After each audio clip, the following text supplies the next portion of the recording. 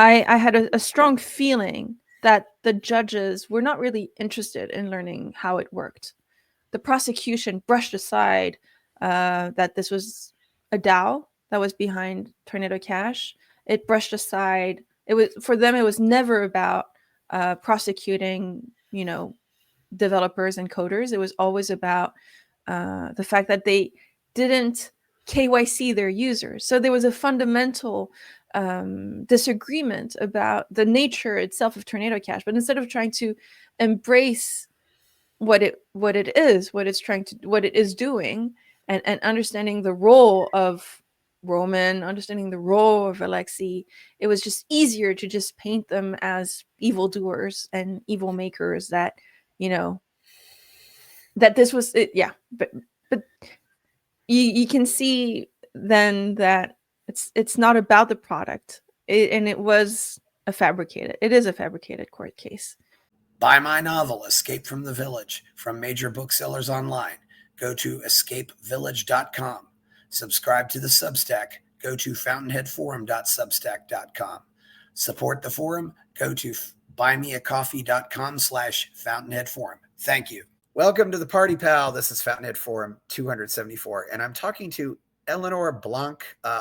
She lives in Amsterdam, and we're going to talk about we're very happy that Russ Ulbricht has been pardoned by Donald Trump, but there are other cryptocurrency cases out there that are, well, they're not going to get a sentence that's as bad as Ross's, but they're still pretty egregious, and we think we should talk about those.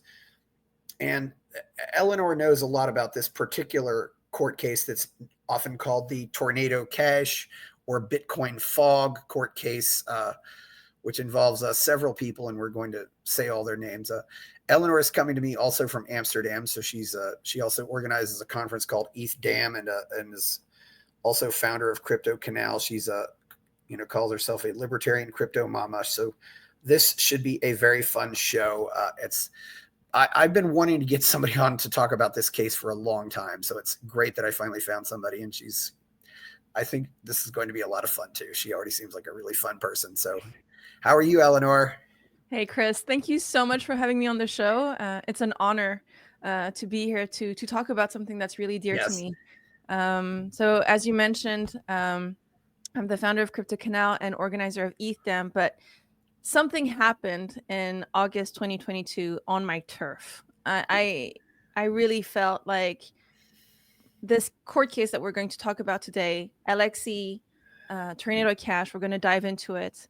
But this happened in the Netherlands, where I've been living for the last 8 years, where I've been personally advocating for cryptocurrencies and open source software and decentralization and censorship resistance since I started in October 2017. That's when I discovered cryptocurrency in the Netherlands and really started. It took me a few months to go through the rabbit hole, but ever since I've been advocating and gathering people here in the Netherlands. So every month I host a meetup called Crypto Drinks. And August 2022, Alexey Pertsev, one of the founders of Tornado Cash, one of the developers one of the geniuses behind this mixer, was arrested in the Netherlands. And it really shook me to my core that the state would, in its almighty violence, take one of ours. It really felt like anyone from my community, and I say but like anyone from this local community could have been arrested and put on trial and could have gone through these turbulation, which Alexey is still going through today. So I've made it a mission to advocate for him, to advocate for people who don't have a voice, and to really speak louder and to promote our cypherpunk ideals far and wide. So it's an honor. Thank you, Chris, for having me, and I'm excited to dive into what's happened and what is happening in regards to Tornado Cash and the life of these developers. Yeah. First of all, to explain, a mixer is maybe I can go and dive into what is Tornado Cash. Yeah. Should I give that? I like to describe it this way. A mixer is, imagine you've got a bowl and 50 people all put $1 into the bowl. And then An hour later, the 50 people come back and they all take $1 out. There's a good chance that they're not going to take out the same dollar bill. That's what a cryptocurrency mixer is. That's a great description. Yes. I was going to go into much more technical details, but this is perfect. Yes. And tell us yes. some of the other people. I mean, you're in the Netherlands, obviously, but this is an international thing. We've got some other people involved with the case, and just tell us who they are. Because I always say, put names on these things, put real names of real people. Yes. What's interesting as well about what Tornado Cash did and what's different from other mixers is that it is fully autonomous, fully decentralized, immutable, which means that glass bowl that you just described, no one's holding it and it's still going on. No one is there deciding who's putting money inside of it. It was fully operational since 2019, and more than 7 billion worth of Ethereum went through that glass jar and was used by legitimate users and illegal users. So everybody could have access to financial privacy. And this is one of the core thing of this case, is that unlike other mixers that sometimes have to be centralized, in the nature of Ethereum and the nature of these smart contracts, it enabled something fully immutable and forever. Once the smart contract was published, it could not be altered and it could not be changed. And this is also the beauty of these immutable smart contracts. And in August 22, OFAC put Tornado Cash on the sanction list, and it changed the life forever of Alexey Pertsev, Roman Storm, and Roman Semenov, the three founders and geniuses behind Tornado Cash. So Alexey Pertsev is a developer, software engineer, who has a background in security and who is living in the Netherlands for a few years, and was advocating for cryptocurrency and promoting Tornado Cash and attending conferences and sort of the normal life of a developer in crypto. And August 2022, that's when he was arrested. 2 days before, OFAC put the smart contract address of Tornado Cash on the sanction list. And 2 days later, here in the Netherlands, Alexey was arrested to await trial. So pre-trial, he was arrested here and served back then 260 days in prison. And then he was finally released for a few months, awaiting trial, which took place in 26th and 27th of March 2024. And sadly, after the result of that trial, he was imprisoned again on May 14th, 2024, and was released recently, 3 days ago on February 7th. And he's now free in the Netherlands to roam in the Netherlands, but he's not out of the woods per se. He is still appealing a 5-year sentence, and he is now free basically to do that from the comfort of his own home. And he finally has access to internet after 240 days in jail. So in total, Alexey has done 500 days. 500 days. He's been in prison 500 days in the Netherlands for writing open source code for enabling financial privacy for all. But the charges are for laundering money. So he is being accused for the crimes of people and institutions that have used Tornado Cash for illicit purposes. And he is being charged for enabling a certain amount of money that went through Tornado Cash and was laundered by hackers. Not him. He is the builder. He is the maker. And we are literally arresting and destroying lives of people that are creating tools that enable financial privacy for all. So it's true. Tornado Cash never asked for KYC. Anybody can use Tornado Cash. Anybody can, access that tool and have that very useful anonymization set, basically. And yes, Alexey Pertsev's life's been put upside down for writing code. Roman Storm, another co-founder based in the US, was arrested in August 2023, so a year later, and he was arrested in the US. And after paying a $2 million bound, he's under house arrest right now, and he's awaiting trial. So this might be a bit confusing, but we're talking about, there's a court case in the Netherlands for Alexey Pertsev, and there's a court case in the US for Roman Storm. Roman Semenov, the third founder, there's also an arrest for him, but he hasn't been arrested. And we are in the midst right now of the OFAC regulations, or the OFAC sanctions of Tornado Cash have been revoked.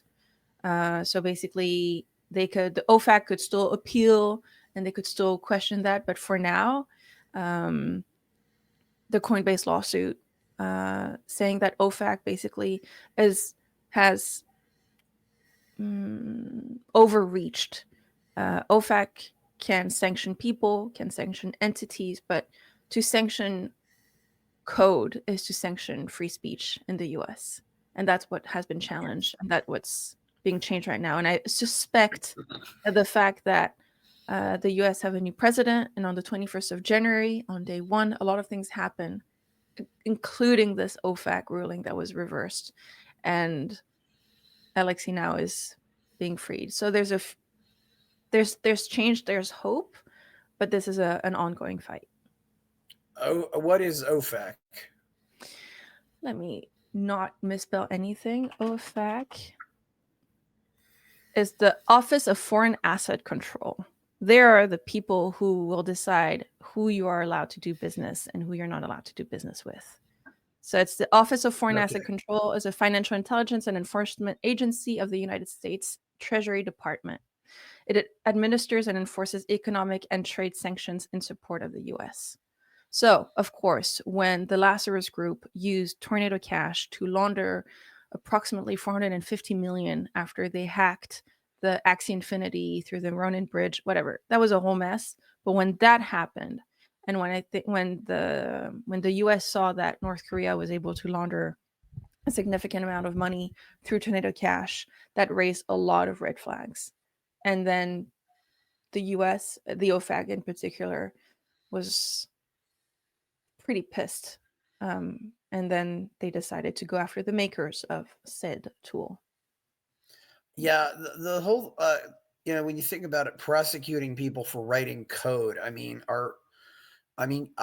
use video editing software for this podcast. Are we going to prosecute the people who write the video editing software because somebody uses it to edit child porn? I mean, thank you. You can't. The code can be used for good or evil, and it depends on who's using it. It's so you got it. You got the gist. You got the gist, and it's creating a horrible precedent. It's creating a chilling effect for people working in cryptocurrency, but for people specifically working on the frontiers of crypto or providing edge use cases or just privacy in general. And that's where, as a event organizer, as a community organizer, I put my foot down and I say, no, we are overstepping. We are doing more harm than good. And more importantly, we're not going after the actual criminals. We are putting away and destroying the lives of innocent people in the process. And I find that absolutely horrific. Yeah, I don't know what. Yeah, there's always that sense of they don't want to go after the real criminals. It's rather they odd. can't. Well, they can't, or it's easier. Yes, exactly. So they're picking those who are around and who. Alexey Pertsev is Russian and chose to live in the Netherlands. You'd think in a country and in a land of law and order, in a country that respects supposedly human rights and respects individual freedom, and it really feels like they try to shove these charges and to make sort of to depict him as a awful Russian criminal tied, with a North Korean Lazarus group. Like if you looked at how the news portrayed him, it was disgusting. It was everything that would make someone tick and think that, oh, crypto is so dirty and crypto is only for criminals, et cetera, et cetera, et cetera. They really surfed on that wave of that negative image to pin this on him. But it's profoundly unjust. Yeah, and Roman is also, Russian and Swedish, so I don't know if they're doing this to hit Russia or would they even be safe? Would they even be safe if they were in Russia? Or no, but they don't want to. These obviously they don't want to live in Russia. Yes, obviously these two men chose to land of freedom, and are sadly being hit by political injustice.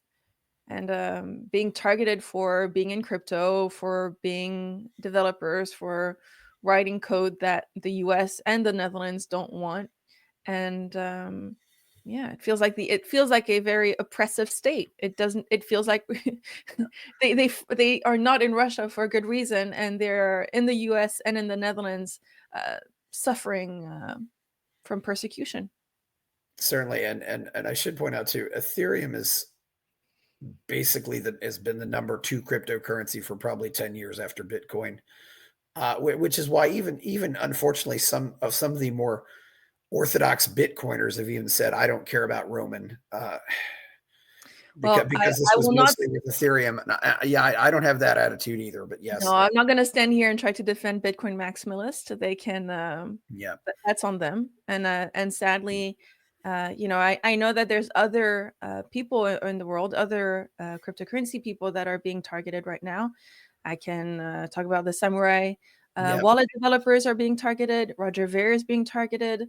There's different people in crypto that have been targeted and have been put aside. But I think we should not forget that the common enemy, here is the state. It should not be this infighting between whose cryptocurrencies, whose favorite wallet, which tool did you use. This is not about which piece of. It's not about if you use Tor or whatever. It's about a government overstepping and using all its force against people who cannot defend themselves. And that's where we should be united and have a united front. That's my personal opinion. Yeah, that's what happens here. So yes, so this mixer was used by anybody. There wasn't really any restrictions on who could use the mixer. So absolutely not. It was open to you and me. It was decentralized, completely. It still works. It's still today the code, because the code is immutable. It is still being used today. Yeah. Proof of the pudding that these developers were not responsible for. But from sitting in trial and with my Dutch is approximate, but it's definitely not court ready. I had a strong feeling that the judges were not really interested in learning how it worked. The prosecution brushed aside that this was a DAO that was behind Tornado Cash.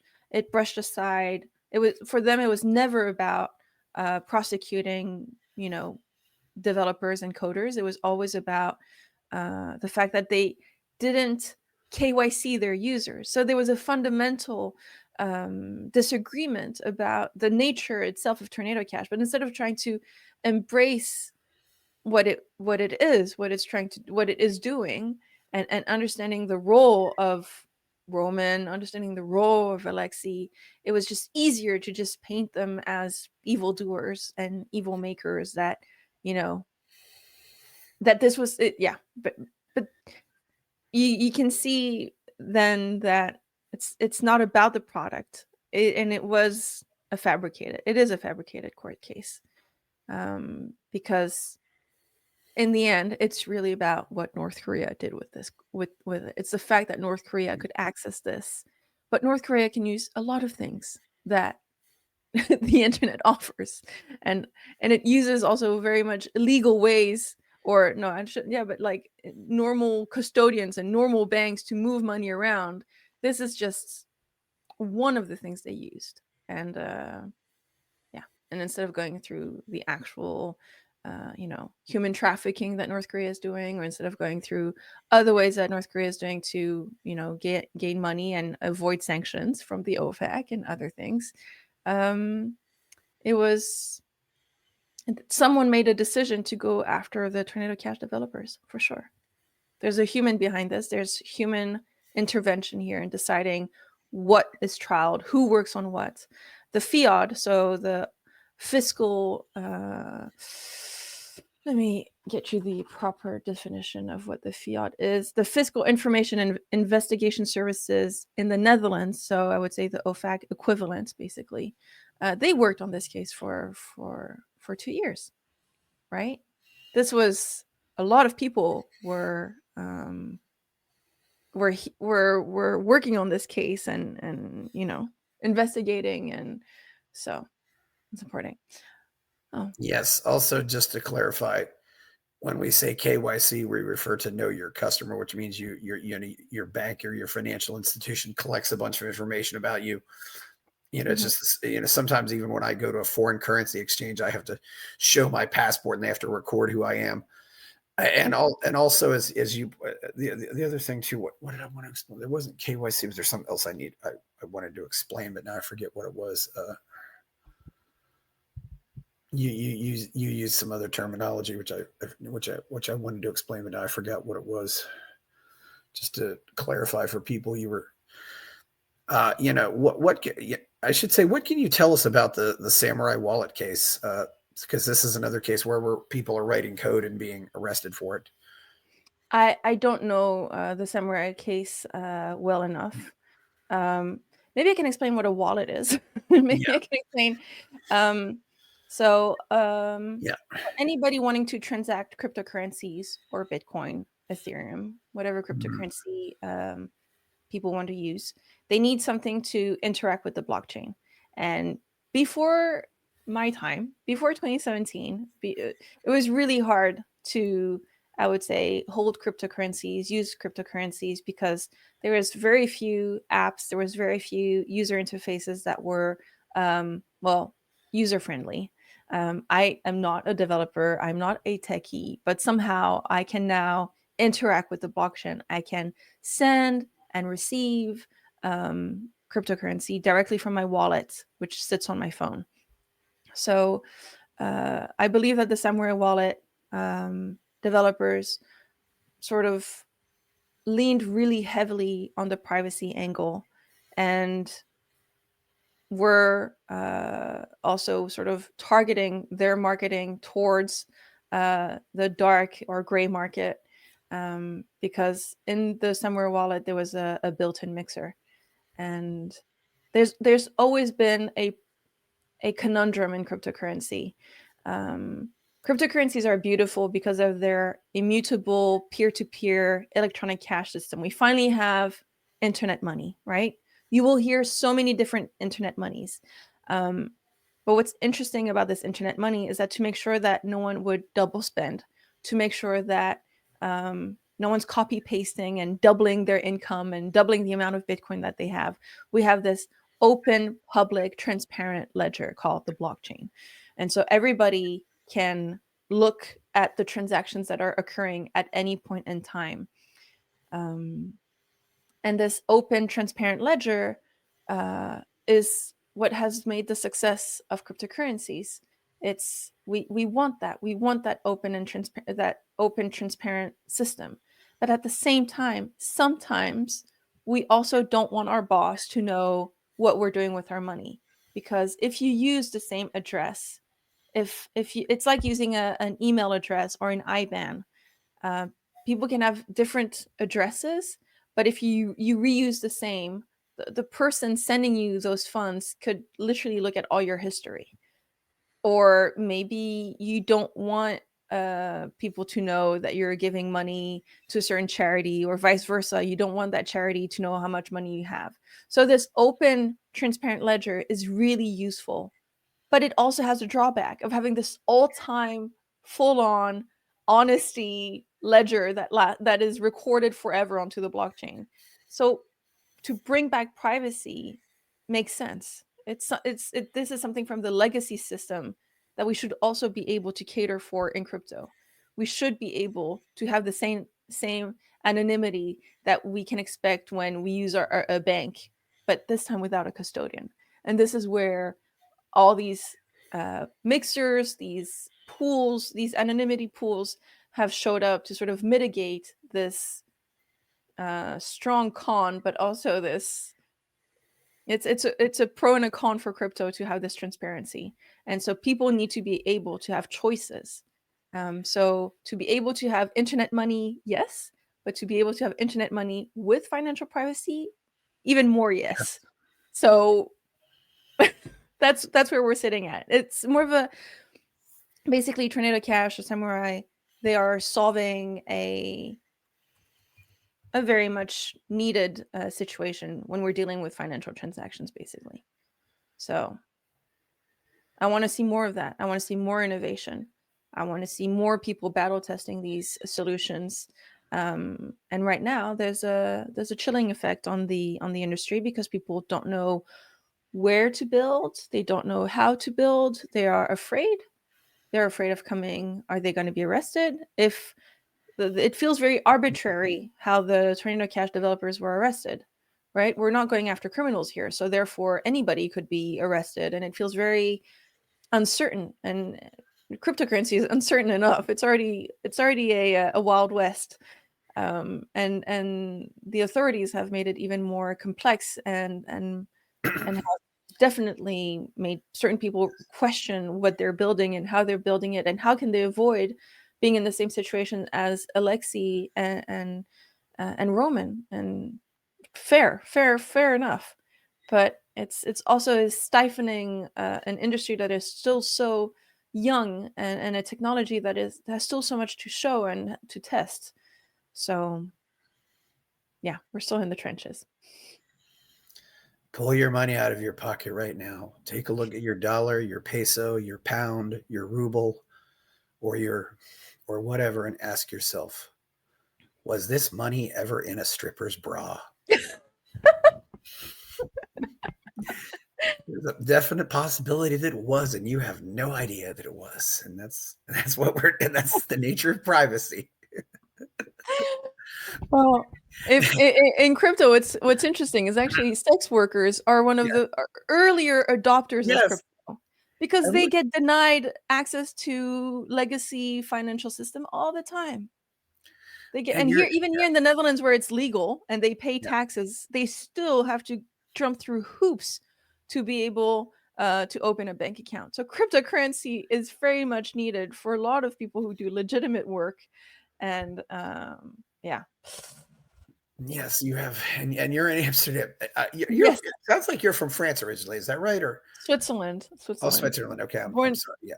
So we also lost our bank secrecy thanks to the US, but it's a service that banks have always provided, right? To be able to have privacy, not even at a Swiss level, but just the basic financial privacy that can be expected. So I want the same for crypto. I don't think that's too much to ask. And the Swiss franc, that's the only, because the French franc is gone, but there's still the Swiss franc. But yes, we still exactly. Yeah. The Switzerland refused to join the EU, remains an independent state. Although EU is always very upset about it, and we signed bilateral agreements with Europe and trade agreements, etc. But we wanted to remain sovereign and have our own currency, and I think Switzerland had it right. I could bring you back on another show just to talk about Switzerland, which I've unfortunately not been to. But who are some of the villains in this case? I mean, I know we hear a lot of talk about an organization called Chainalysis, I believe. It's an interesting question. The villains for me would be OFAC and the Fiat and the Dutch and the American state. Chainalysis. So as I mentioned, the blockchain is this open, transparent ledger. Anybody can view and extract data from the blockchain. Chainalysis is a company in crypto that is often used to, well, do the hard job of going through the blockchain and analyzing it all. So I can't remember. I used to remember those numbers on chain, but Chainalysis did a Tornado Cash analysis actually to sort of determine the amount of illicit activity on it. Let me see if I can find it. But they're just a company. I think it's too easy to sort of, it's too easy. Cryptocurrency. So cryptocurrency received by Tornado Cash. When is this article from? Okay, August 2022. So this is from way back.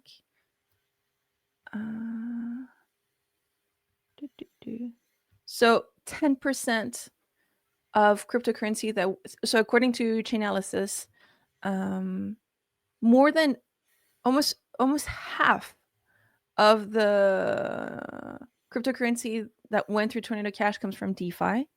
So from decentralized finance, so people being able to trade and swap on AMM, automated market makers. So just imagine exchanges that are running completely autonomously.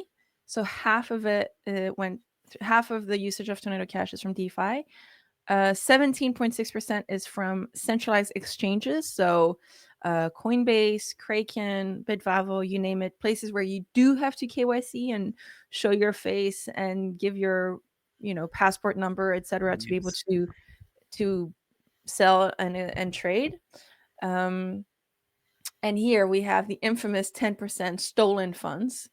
So 10% of what went through Tornado Cash were funds that were hacked, that went through, certain protocols sometimes get hacked, and then the hackers need to launder those funds to be able to then send them back to centralized exchanges, etc., to off ramp. And then we do have 17.7 called sanctions, and I'm not sure what that means, but I'm guessing that means that they're tracking certain addresses which they know belong to the Lazarus group. I'm just looking at this article. Maybe I can I share my screen? No, I can't. It's fine. It's not it, but it'll be really small. People won't necessarily be able to read it. It's fine. Chainalysis are not the mean people. It's just a data provider, and then of course you can make the data say whatever you want, but they're just observing the data. And I should point out too, when we use terms like on ramps, we mean an exchange where you can, take your dollars or euros and buy cryptocurrency, and then off ramp, you go off of, because there are also many exchanges out there that are just crypto for crypto, which happens all the time.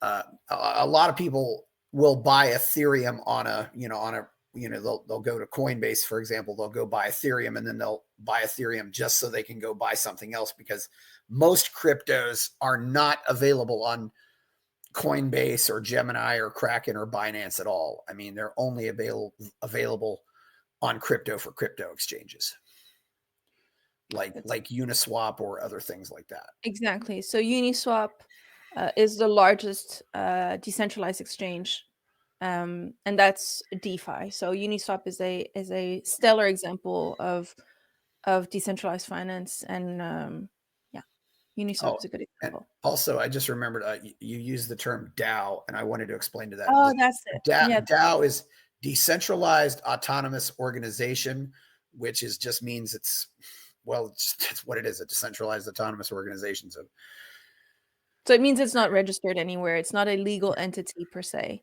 It's a and then it's basically, how do we have an entity of people on the internet that don't belong to a certain jurisdiction but do abide by certain rules from their own DAO, basically. And so a lot of projects in crypto are governed by a DAO, and usually to be part of a DAO, so to be part of this decentralized autonomous organization, you need to have stake. So you usually need to hold the token of that community and stake it, because it shows that if you have basically skin in the game, then you are allowed to vote and take part in the governance of said DAO. So Tornado Cash was ruled by a DAO. So Maybe that's what I said earlier. You're right. I did use Yeah. the. Yeah, I just wanted, because No, it's good. You're right. You're right. I used to be an educator, and then I went full into events. But actually used to teach about cryptocurrencies, but way back. But it's always I'm always happy to explain the one-on-ones. Yeah, it's interesting how this works, because the nature of because we're working toward with everything being decentralized, and the term anarchy means without rulers, so it is anarchist, but it means without rulers, but it doesn't necessarily mean without rules. Yeah. So which is what works, and of course I always say that the perfect form of anarchy is mathematics, which has been around for thousands of years. It has rules, but it doesn't have rulers. That's a good way of saying it. I like that. Yeah, exactly. When in crypto, for better or worse, some projects are trying really hard to not have rulers, but the math is what we're all governed by. Bitcoin is governed by proof of work. Ethereum is governed by proof of stakes, and that's just the consensus algorithm. But then imagine certain cryptocurrencies that not only have the consensus algorithm, but like, how do we imagine governance? How do we imagine changes into the protocol? Who decides that? The 5 devs who hold the keys, that's Bitcoin.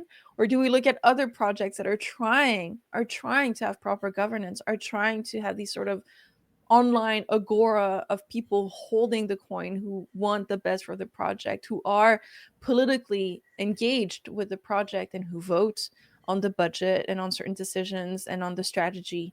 It's it's it's it's been rough. It's been rough. It's those are the DAO political trenches are another fascinating topic. um but yes, there's innovation happening there with people, uh yeah, trying to build communities fully online. Yeah. Yes, it often makes me wonder if someday our nationality won't be determined by our passport, but by what cryptocurrency we use. Definitely. I'm Definitely. I'm in Solana Nation, or he's in Ethereum Nation, he's in Litecoin Nation, he's in Bitcoin Nation, and Absolutely. you just have all these exchanges but I like to say that using crypto is a political statement. So whatever cryptocurrency you like to use, or whichever community you like to interact the most with, probably you feel the most affinity with. So maybe if you yeah, show me your wallet, you might be part of several tribes. Nothing will prevent you from, you don't have to be part of some one country like we are right now, where we're just determined by where we're born or our parents, etc. But here we will be represented by what means the most to us, and that will be complete freedom as well of choice and belonging. It's pretty yeah, beautiful. But if you yeah. show me your wallet, I could sort of tell what type of person you are. I will say though, but unlike Bitcoin, Ethereum is a little bit more centralized, because nobody knows who Satoshi Nakamoto was, who wrote the Bitcoin white paper, but we all do know who Vitalik Buterin is, and Vitalik is alive, and I don't know where he is, but he's still a pretty young guy. So I mean, he still is associated with Ethereum. So True, but I what's think the it's, difference there? yeah. Yeah, that's an interesting point you're making. I would disagree that Ethereum is more centralized. Arguably, Bitcoin has very few people that hold the keys to the admin keys to the Bitcoin protocol, and there's complete opacity as to how changes would or can happen on Bitcoin. And if those 5 people agree on something or disagree together, they totally hold um, the power of a Bitcoin. And you can read the book called Hijacking Bitcoin by Roger Ver and I think Peterson. I can't remember his other name, but by Roger Ver and Peterson, to talk about how Bitcoin was hijacked, and how um, Bitcoin basically is not a place of freedom, and is not a place um, where anyone can decide what happens. There's a heavy amount of centralization in Bitcoin. Ethereum, on the other hand, yes, we still know who one of the core founder is Vitalik, but for many years he's been, if anything, accused of trying his best to abstract himself and not to be that ultimate benevolent dictator. So he's removed himself from many decisions, including the Ethereum core developers. So he's around. He's definitely still a key figure, but he is not someone who is steering at the same time.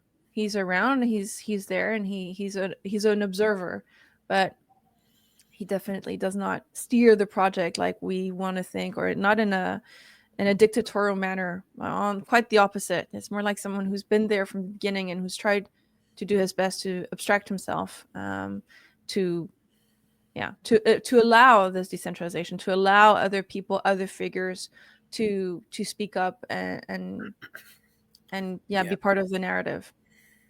And in both cases, Bitcoin and Ethereum are two different blockchains that just are completely ruled by their own consensus algorithm, in the sense that no one can censor, no one can block, and anybody is completely free to use these blockchains in a completely permissionless nature. So we've achieved something, but there's definitely other cryptocurrencies out there that are, taking inspiration from these two legacy blockchains and innovating, in terms of scalability, in terms of different consensus algorithms, and making sure that we can actually onboard and become peer-to-peer electronic cash and more for the world, and not just for a very few. So that's been, I think, one of the biggest hurdle in cryptocurrency has been the scalability, because Bitcoin is still stuck at 7 transactions per second. Ethereum is completely congested, and sadly, transaction fees can get really high. Bitcoin decided to scale through the Lightning Network, which is an absolute nightmare. Ethereum decided to scale through the layer 2s, which is another nightmare in itself for the user experience. And I think we are still really much in the beginning of cryptocurrency, where we still need to try and innovate, because we're looking at new blockchains. I'm thinking of Near, I'm thinking of Multiverse X, I'm thinking of Solana and others that are doing their best and pushing everything forward. Like I said, in terms of scalability, and we'll see. And the beautiful thing about all this is everybody steals ideas from everybody else, so it Yes. so it has to get better. Exactly. Yeah. So everything is open source. So if you figure it out, and if someone cracks the code before, then it might just get used in the next update of the other blockchain, right? And that's beautiful. That's beautiful, and that's the nature. And those are one of the few core fundamentals of cryptocurrency, is this open source nature. So the fact that everybody can review each other's code and everybody can see the code itself is paramount in this industry. So it allows for better security, it allows for better resilience, and it means that we keep copying, and we keep improving from each other's work. So that's really important. When I try to explain open source versus closed source software, I just imagine if your Ford car had a hood that was sealed and only Ford mechanics could work on it, and you couldn't open up the hood yourself. That's closed hood. That's closed source. Whereas you can open up the hood on your car, and you can change the oil, or you can change the battery all by yourself. It's no big deal. Yeah, that's a good way of seeing it. I think another closed environment and a closed garden, which is really known as Apple. The Apple ecosystem is completely closed, like in a sense, like you can only bring your phone to the Apple Store, etc. Nothing else will work on it. But versus Android, which is the software on many phones, on every other phone basically, and where any app can be listed on the Google Play Store or on the Android Play Store, whereas on the Apple, you need to register and abide by the Apple rules to be listed there. So open versus closed gardens. Yes. Yeah. I like your car analogy. That's a good one. Yeah, and people may not realize it, but even Steve Wozniak, the man who designed the Apple II all by himself, has gotten into the cryptocurrency biz. He's got his own, although it's not really done much. He did start a crypto on his own. And we also have some cryptocurrencies that people may not know that are actually pegged to, they're called stable coins, but they're not really stable coins, but they're just pegged to the, our own currencies. You have USDC, USDT, which are pegged to the US dollars. There is one that's pegged to the Swiss franc. Yes, there is. its tickers. Yeah, their tickers in crypto. It's CHF. There's crypto's pegged to the euro, pegged to the Chinese coin, pegged to the Japanese yen, pegged to the Indian coin, pegged to the ruble, but which I don't know. What can you, also, can you explain, we're actually getting more than just a crypto education course here, but can you explain also to people out there what we mean by proof of work and proof of stake? Of course. Yeah. Of course. So to be able to write the blockchain, to be able to register your transaction onto the next block, we literally have, we're going to now talk about the two most famous consensus algorithm, that just proof of work and proof of stake. In both cases, we are trying to write the future. In both cases, we're just trying to continue this open public ledger. In the case of proof of work, what you have to imagine this as a big puzzle, as a big game, and to be part of this game, you need to put in a certain amount of work, and that is literally transferred into computational work. So you need to put a certain amount of machines and GPUs together to basically brute force guess the puzzle of the next block. And if you are lucky enough and your computers and your mining equipment basically guesses that next hash of the next block, then as a miner of blocks, you are entitled to the block reward, and you basically are being paid to mine the next block. I'm sorry if I haven't explained proof of work in a while, but I hope this makes sense. But basically, big puzzle game. If you find the next block, you get fresh minted Bitcoins, and basically you also get the transaction fees from that block. So now, as a miner of a proof of work blockchain, you are being rewarded for being part of this big decentralized game. Now, anyone can become a proof of work miner as long as you have mining equipment and, I would say, pretty cheap electricity, because it costs a lot of computational power to be part of this. And in the case of proof of stake, same system, but instead of putting hard computer power to brute force guess the next hash, you are basically part of a certain pool of people that are called stakeholders. You need to be able to put a minimum of 32 Ethereum to be part of this pool of people, and then you are randomly chosen to mine the next block. In both cases, what is happening is that the incentives of a proof of work miner or the incentive of a proof of stake stakeholder is that you are incentivized to keep the blockchain safe and secure and to only mine valid transactions. So in both cases, we have found systems which enable public ledgers of cryptocurrency transactions to go through the internet and be fully valid. And we have anonymous actors that are validating and doing work that are being incentivized to work towards keeping the blockchain safe and secure and only processing valid transactions which have paid their fees and come from a legitimate cryptocurrency address. Did that make sense? Was that a good explanation? I haven't done this in a while, but I hope this explains two sort of game theories. Yeah, we should get back. We went off track. Let's get back to the case. What do you think is going to happen with this in the long run with this case? Are there any who are some of the champions? I mean, it seems like Trump has been better on the case than Biden has, but who are some of the other people who are the good guys out there? I mean, are there any? I hope there are some good guys in Europe too, and good women too. It's a good question. Earlier you asked about who were the mean ones and if it was chain analysis, and then I said it was just data. Yeah. The good ones here, I would say I have to hats off to Coinbase for challenging the OFAC regulation. So, and for sponsoring the lawsuit and putting their money where and just putting a foot down and lobbying in the right direction.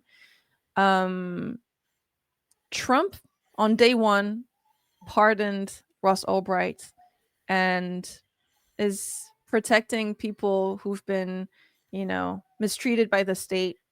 And Ross Albright spent 11 years in jail for powering the Silk Road, and same as these developers, he's been in jail for the crimes of others. And I want to believe that in this new administration, that people like Roman Storm or Alexey Pertsev would not be prosecuted. But that still is to be seen. So that's for now wishful thinking, but I'm keeping my fingers crossed. I would like to give a shout out to people who have been standing up for Roman and Alexei in crypto, who've been using their voices to pay their astronomically huge sums of fees for their lawyers. Vitalik gave a lot of money, and other big Ethereum OGs have been giving money and supporting their cases. Amin Soleimani as well have been promoting and supporting the developers from afar. Yeah, those are the good ones. Those are the people who've been. I can think of Falkenberg and Web3 Privacy and all the other privacy projects who keep fighting the good fight. Thinking of Railgun, I can think of NIM, about Secret Network, about Oasis, a lot of other privacy people who are just trying to make sure that this technology enables as many people as possible to keep having financial privacy in crypto, because this is not something that's going away. This is something that is very much needed. And yeah, shout out to all these privacy projects that are trying their best in these difficult waters to find a solution that works for everyone. Has Nayib Bukele in El Salvador said anything about this? No. Not a word. I assume Yes, I assume there are some prominent figures in the Monero community that are saying something about this. maybe. I haven't. I'm not going to speak for everyone. I'm sure other people have stood up for the Tornado Cash developers, but no, I haven't heard anything in particular. Of course, they're brothers in arms, right? Yeah, I'm sure that the Zcash people feel the same. I'm sure the Monero Cash feel the same. Dash people, just people who've always made sure that privacy was at least an option on their blockchains, have had some sympathy. But it's like you mentioned earlier, it's a weird environment to be in. And I have encountered Bitcoin Maxi straight up in my face who told me, well, they just shouldn't have done this, and who are against it. But I think that's part of human nature. Sometimes we just like to bring other people down. The troubling aspect of all this is that, and this is why I call them orthodox Bitcoiners instead of Bitcoin maximalists, is because they remind me a lot of what people that would have been called orthodox objectivists 30 years ago. Their tone and attitude is almost exactly the same. And I just used that as an example because I said, you don't want your movement to end up where the objectivist movement is now. And orthodox objective. Okay, can you share that? Can you share a bit more with me who is not familiar? Ayn Rand had a major breakup with Nathaniel Branden in 1968, and then she started having more and more breakups, and then you have these breakups that have continued with the Ayn Rand Institute and other organizations.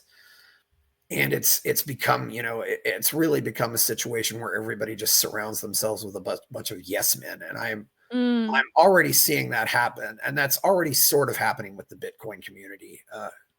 When you have just a bunch of yes men, you're not going to have innovation. You're not going to have advancement. You're just going to become stagnant and go nowhere. And then you go off on these tangents that are just completely, in some ways, it seems like maybe it's happening faster too when you hear people like Max Kaiser say, I hope Roger Ver goes to prison for life and stuff like that. It's disgusting. It's really Yeah, it's like, and I just look and say, why are you into this? It's, if you're, Interesting that you can compare it to what happened with Ayn Rand. I am a yeah, fan of her work, but I haven't followed. I would say I'm like a late Ayn Rand adopter, I guess. So I haven't lived through the feud and the drama, and I'm not close enough, I think, to be familiar with these different parties. But I think it's maybe a human nature as well, because we usually compare the Bitcoin wars to religious wars. And so when you mention Orthodox, or yeah, Bitcoin Orthodox, and then maybe um, there was Bitcoin Cash, and then you had other different Bitcoins, and then you yeah, had Ethereum, which was like this whole other religion, etc. So you can really see it as, and I think for any person studying sociology, yeah, um, what's happening in crypto is a fast forward of what's happening in the rest of human society. So same as yeah, religion, or maybe as what happened with the objectivist movement. People entrench themselves, sadly. They sort of they have the most beautiful ideas, and then sometimes their worst enemy is not the state but themselves. And well, there's Ethereum, and then there's Ethereum Classic, for example, too. I I don't know know. what happened there exactly, but Oh, that's a fascinating story. That's for a whole other episode. Yeah. Well, basically, Ethereum Classic is where funds were not returned, and Ethereum that we know as today is the one that rolled back the chain. That's also a very controversial thing that happened after the DAO hack. And yes, yeah, but Bitcoin politics and Bitcoin history is fascinating, because you have all of these forks where people can literally fork off if you disagree with something, or if, and this is where we need proper governance. We need proper governance, because right now it's yes, still a wild west, where if something happens and it's not going well, we don't know how decisions are made. And right now it's still sort of a tyranny of the majority type of situation. And exchanges have a big power as well, but they're not part of the governance. If an exchange yeah, lists which ticker, it sort of decides who wins or yeah, loses a battle. I've seen that happen. So it's still a very fascinating world at play. yeah. And as soon, and usually a crypto will have a spike as soon as they get listed on Coinbase or something like that, because suddenly people can take their American dollars and buy that, and they couldn't do that before. It is Yeah, it there. yeah, I don't know if you can avoid. There's the whole nature of power and how some people are always going to have power. How much of the Ethereum out there does Vital? I know, because a lot of Ethereum was pre-mined, I don't which a think lot of that's people. true. Well, maybe I'm wrong, but what happens? If somebody gets a hold of 80% of all the Ethereum in the world, doesn't that person kind of control the market, and there's not really anything the other people can do about it, or not, or what? True.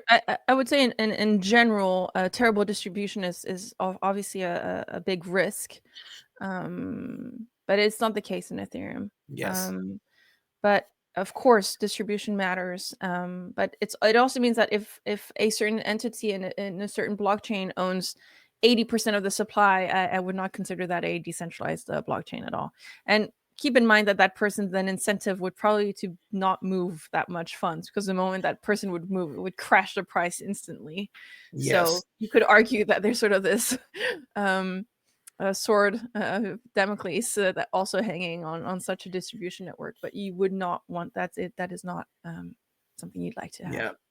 But yeah, Uh, yeah. So where well, do you yeah. yeah, where do you think how do you think these cases are gonna play out? You mentioned the third guy, the other Roman Semenov, Mm, I believe. mm, I hadn't heard of him, and he's still apparently on the run somewhere. yeah, And I and don't we know. and we have no idea where he might be hiding. No, no, we don't know. My hope is that we can have sweet justice for Roman Storm and Alexey Pertsev. I hope that the charges get dropped, that the Mm, state realizes that they made a mistake, that they wasted a lot of resources, and that they've destroyed lives for nothing, and that they say sorry, and that we can move on from yeah, this, and that we make sure that this doesn't happen again. That's my hope. yeah. And, But yeah, do we want to speculate where Roman Semenov might be hiding out? no, I won't. I won't speculate. I hope he's safe. I hope he's okay. But no, I don't know where he is and what's happening And there. with where can you? I know where I know where I'd probably try to hide out, but man, where can you hide out today? It's Tricky. I'd hide out in the Amazon rainforest. Mm, I don't That's know. a place where you can go hide out. And Yeah, but then you need to have really good survivalist skills. yeah, well, you And find a I'm tribe. terrible with mosquitoes, so you will not find me in the Amazon. You I find a cannot. tribe though, and whatever. Yeah, you definitely do. But it's that's one. There are still people who some. Yeah. There's still pirate gangs who rob ships on the river and stuff like that hide out in the rainforest. I mean, that's probably. I don't even know if you could hide Ginormous. out on the sea, out on the seas today. You could, 300 years ago. But yeah, I'm not sure about that. yeah, and you But pointed out, yeah. it's well, you pointed out too, and you, where do you think we're going to? Where do you think we are in the future of the crypto industry right now with smart contracts and other things like that? In fact, can you explain to people out there what a smart contract is? Yeah, of course. As a non-developer, I'm gonna give you the TLDR. Basically, with Bitcoin, you could send money from A to B, Yes. and now with smart contracts, you're able to send money from A to B automatically. So when a smart contract meets certain conditions, if something or if something happens at a certain price, or if something, you can sort of code it. You can code, and you have sort of yeah, you can have programmable money. So it's not just money, it's now you have programmable money. And that's what enabled all of decentralized finance, and which opened a whole Pandora box of projects that could now have programmable money. So it's money, but a bit better. And that's something that actually Vitalik wanted to build on top of Bitcoin, and then the developers didn't want to, and that's why he had to go and create Ethereum. Yeah. So he wanted to, yeah, because there really isn't much. He wanted freedom. He wanted this could all have happened on Bitcoin, Yeah. and they said no. Well, a lot of these people were initially involved. Vitalik was initially involved with Bitcoin, and of course, there Of are also course, people, that were involved with Vitalik, who have also went and done their own things. of course. Charles Hoskinson went and did Cardano. I believe it's Gavin Wood who went and did Polkadot. You got any opinions on some of those people? Cardano seems like it's also doing a lot with smart contracts, and Cardano finally does have smart contracts. Polkadot is doing something completely different as well. But just as we said before, just different tribes, different technology, but different ethics. I will say that it's still a wild west, and there's still a lot of innovation that can happen, and we can still do better. We can still do better than those. Those, I would say, yeah. are old legacy blockchains, but yeah. Well, you have people who want. I think sometimes they're part of an organization and they want to go in a different direction, and they have a big idea, so they just go somewhere and take their big idea with them. Like It's a bit of ego as well. what? Ego, money, power, Sometimes there's ego. Yes. you name it. You name it. We see it all in crypto. It's yeah, for better or worse. Chris, I'm gonna have to go. I can hear Yeah. my baby Yeah. crying Well, for me. this has been I hope you can you hear her through the not mic? quite, but this has been a really great conversation, Eleanor. I hope I can have I'm you back glad. again sometime. It's I'm glad I, I could come in and give my 2 cents on this yeah. situation. Yeah, well, it is an interesting situation, and I really hope it works out for the best. Where Me can people too. find you out there on the net? Of course. Well, here you have my handle at block blank, That's on Twitter, BLOCK. yes. And see, that's my Twitter. And Yeah, then through there, you can stumble and find CryptoCanal, and you can find ETHDam. So if you're in Amsterdam in May, I organized the largest crypto conference and hackathon dedicated to privacy and security and yes. AI this year. So I'm excited for that. Chris, let me know if you're coming to Amsterdam. And yeah, that's where you can find me. Mostly on Twitter, sometimes on Telegram. And if you can, if anybody who's listening and who's listened this far is interested in privacy and in censorship resistance and in supporting Roman Storm and Alexey Pertsev, they both have fundraisers for their for their court cases. I would also encourage anybody who's listened so far to read Hijacking Bitcoin and to also go and sign the petition to free Roger Ver, who's currently blocked in the Spanish island of Mallorca and waiting Yes. for extradition to the US. And also go and dive and read more about what's happening to the Samurai devs. Basically, thank you everybody for listening so far, and for Chris for having me on this show, and for choosing to give a spotlight to this niche crypto topic, but I believe can really impact Yes. everyone. So thank you so Well, much. yeah. Well, please like the video, subscribe to the channel. Go. People are giving me money at buymeacoffee.com. Please check out my Substack. Go buy my novel Escape from the Village, and of course also I did a while back do a show on the New Hampshire Crypto 6, some people who went to jail just for selling Bitcoin. So so yeah, that's another show we've done on some. So thank you, Eléonore Blanc. I'm Chris Thank Baker. you. We're out. Buy my novel Escape from the Village from major booksellers online. Go to escapevillage.com. Subscribe to the Substack. Go to fountainheadforum.substack.com. Support the forum. Go to buymeacoffee.com/fountainheadforum. Thank you.